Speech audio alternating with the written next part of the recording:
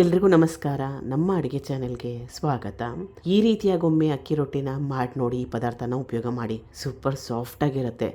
2 ದಿನ ಇಟ್ಟರೂ ಕೂಡ ಗಟ್ಟಿ ಬರಲ್ಲ. ಆಮೇಲೆ ಡ್ರೈನೆಸ್ ಕೂಡ ಬರೋದಿಲ್ಲ ಈ ಅಕ್ಕಿ ರೊಟ್ಟಿಯಲ್ಲಿ.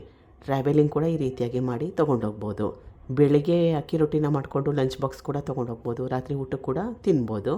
ಮೊದಲನೇ ಸ್ಟೆಪ್ಪಲ್ಲಿ ದೊಡ್ಡದಾಗಿರೋದು ಬಟ್ಲು ತೊಗೊಂಡಿದ್ದೀನಿ. 1/4 kg ಅಥವಾ ಸುಮಾರು 1 ಗ್ಲಾಸಷ್ಟು ಅಕ್ಕಿ ಹಿಟ್ಟು. ಹೇಳಿರೋ ಕ್ವಾಂಟಿಟಿಯಲ್ಲಿ ಅಂದರೆ 1/4 kg ಅಕ್ಕಿ ಹಿಟ್ಟಲ್ಲಿ ಮಾಡಿಕೊಂಡ್ರೆ ಸುಮಾರು ಒಂದು 5 ರೊಟ್ಟಿಗಳನ್ನ ಮಾಡ್ಕೋಬೋದು.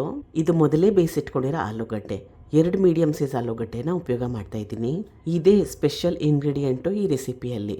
ಈ ರೀತಿಯಾಗಿರೋ ಬಾಯ್ಲ್ಡ್ ಪೊಟ್ಯಾಟೋಸ್, ಬೇಯಿಸಿಟ್ಕೊಂಡಿರೋ ಆಲೂಗಡ್ಡೆನ ಹಾಕೊಳ್ಳೋದ್ರಿಂದ ಅಕ್ಕಿ ರೊಟ್ಟಿ 2 ದಿನ ಇಟ್ಟರೂ ಕೂಡ ಗಟ್ಟಿ ಬರಲ್ಲ, ಮೃದುವಾಗೇ ಇರುತ್ತೆ, ಸಾಫ್ಟಾಗೇ ಇರುತ್ತೆ.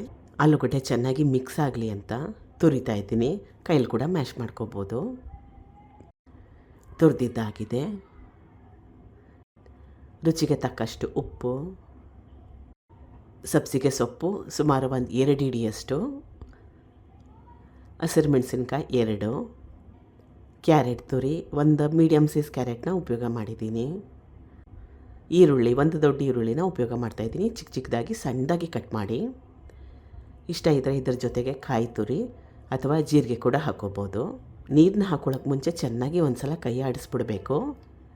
ಬೇಯಿಸಿಟ್ಕೊಂಡಿರೋ ಆಲೂಗಡ್ಡೆ ಮತ್ತು ಸಬ್ಸಿಗೆ ಸೊಪ್ಪಲ್ಲಿ ಕೂಡ ತೇವಾಂಶ ಇರುತ್ತೆ. ಈಗ ಚೆನ್ನಾಗಿ ಕಾಯಿಸಿಟ್ಕೊಂಡಿರೋ ನೀರನ್ನ ಸೇರಿಸ್ಕೊಳ್ತಾ ಇದ್ದೀನಿ. ಸಣ್ಣ ಕಪ್ಪಲ್ಲಿ 1 ಕಪ್ಪಷ್ಟು. ಎಲ್ಲ ನೀರನ್ನ ಒಟ್ಟಿಗೆ ಹಾಕ್ಕೊಳಕ್ಕೆ ಹೋಗ್ಬೇಡಿ, ಕನ್ಸಿಸ್ಟೆನ್ಸಿ ಕೆಟ್ಟೋಗುತ್ತೆ. ಮೊದಲು ಸ್ವಲ್ಪ ನೀರನ್ನ ಹಾಕ್ಕೊಂಡು ಚೆನ್ನಾಗಿ ಕಲಸಿ ನೋಡ್ಕೋಬೇಕು. ಅವಶ್ಯಕತೆ ಇದ್ದರೆ ಮತ್ತೊಮ್ಮೆ ನೀರನ್ನ ಹಾಕ್ಕೋಬೋದು. ಬಿಸಿ ನೀರಲ್ಲಿ ಹಿಟ್ಟನ್ನ ಕಲಿಸ್ಕೊಳ್ಳೋದ್ರಿಂದ ಅಕ್ಕಿ ರೊಟ್ಟಿ ಮತ್ತಷ್ಟು ಸಾಫ್ಟಾಗಿ ಮೃದುವಾಗಿ ಚೆನ್ನಾಗಿ ಬರುತ್ತೆ. ಕಲಿಸ್ಕೊಂಡಿದ್ದಾಗಿದೆ.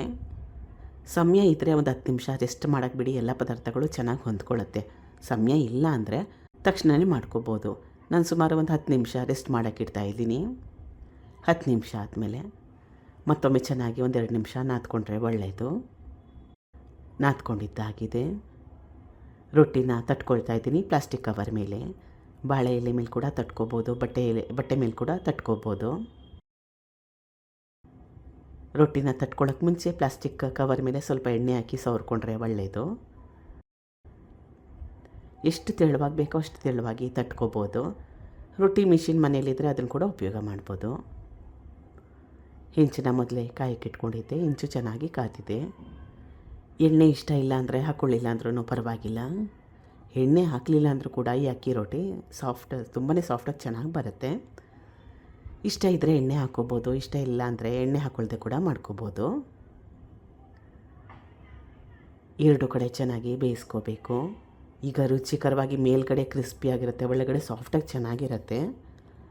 ಮೊದಲೇ ಹೇಳ್ದಂಗೆ 2 ದಿನ ಇಟ್ಟರೂ ಕೂಡ ಗಟ್ಟಿ ಬರಲ್ಲ. ಎಣ್ಣೆ ಕೂಡ ಆಪ್ಷನಲಾಗಿ ಇಟ್ಕೊಳ್ಳಿ, ಎಣ್ಣೆ ಹಾಕ್ಕೊಳ್ಳಿಲ್ಲ ಅಂದರೂ ಕೂಡ ನಡೆಯುತ್ತೆ. ಈರುಳ್ಳಿ ಚಟ್ನಿ, ಕಾಯಿ ಚಟ್ನಿ ಜೊತೆಗೆ ಸರ್ವ್ ಮಾಡಿದ್ದೀನಿ. Thank you for watching. ಧನ್ಯವಾದಗಳು.